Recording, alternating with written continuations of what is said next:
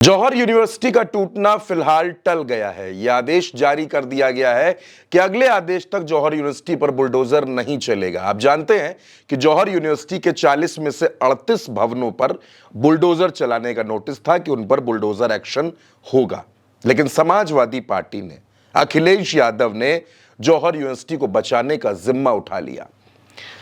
Samajwadi party के सांसद, विधायक, तमाम नेता वो डीएम से मिले, उन्होंने अपना ज्ञापन दिया और उन्होंने कहा कि यह यूनिवर्सिटी नहीं गिराई जानी चाहिए, इससे बच्चों का भविष्य जुड़ा है। दूसरी तरफ समाजवादी पार्टी के जो नेता थे, उन्होंने ज्ञापन देना शुरू किया, प्रदर्शन करना शुरू किया।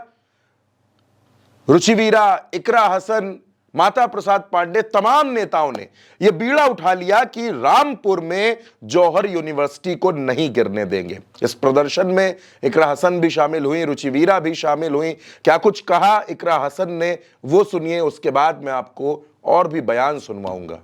हमारी मांग जिला प्रशासन से यही है कि सरकारें, ये तो अनपढ़ सरकार है, इन्होंने कोई शिक्षक संस्थान उत्तर प्रदेश को नहीं दिया है, तो ऐसी सरकारों के कहने पर अधिकारी लोग, जो पढ़े लिखे लोग हैं, वो इनके कहने पर एक्शन ना ले।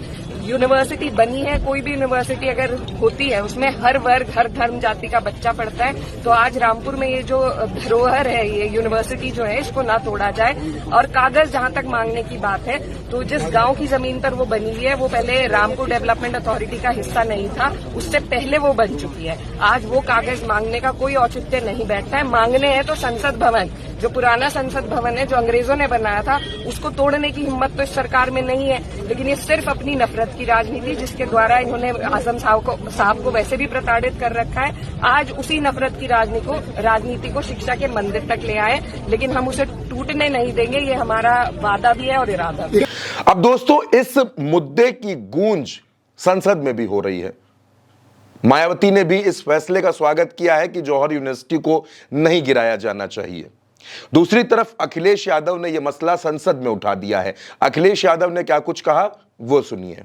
उत्तर प्रदेश में एक स्वतंत्र सेनानी, उनके नाम पर यूनिवर्सिटी बनी, मौलाना जौहर यूनिवर्सिटी। यूनिवर्सिटी बनकर के तैयार हो गई। इन्होंने कोई सरकारी यूनिवर्सिटी नहीं बनाई, और अगर कोई प्राइवेट यूनिवर्सिटी बन भी गई है तो उसको भी हथौड़ा लेकर के तोड़ने की तैयारी कर रहे हैं ये लोग। ये नफरत की राजनीति कहां लेकर के पहुंचा देगी। और जब से बीजेपी की सरकार आई है, तब से नफरत की राजनीति और दूसरे लोगों के साथ किस तरह का व्यवहार हो रहा है, उन्हें कहीं भी न्याय तक नहीं दिला पाई सरकार।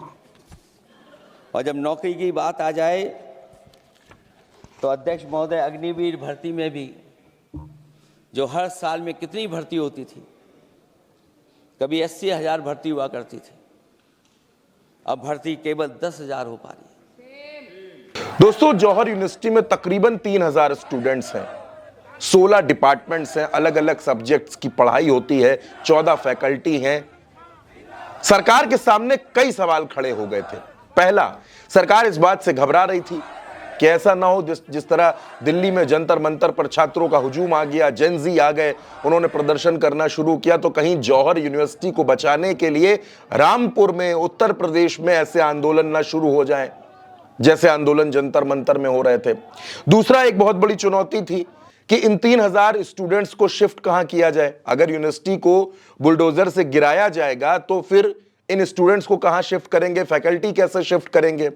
तीसरी सबसे बड़ी बात थी कि यूजीसी इस मसले पर यूनिवर्सिटी के साथ ही रहता, क्योंकि जिस वक्त यूनिवर्सिटी की नींव पड़ी, जिस वक्त यूनिवर्सिटी बनी, उस वक्त के सारे नियमों को फॉलो किया गया था।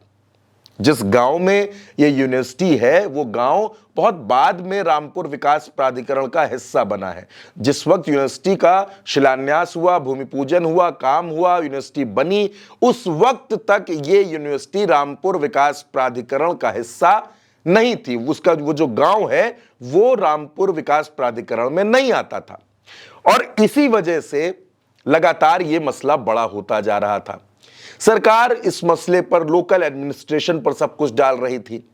लेकिन जब विरोध प्रदर्शन बढ़ा, अखिलेश यादव ने, उनके सांसदों ने, उनके नेताओं ने इस मुद्दे को उठाया और उसके बाद जिस तरह से यह मसला बड़ा हुआ, अखिलेश यादव ने संसद में उठाया, तो अब जौहर यूनिवर्सिटी पर फिलहाल बुलडोजर एक्शन नहीं होने वाला, वो रुक चुका है।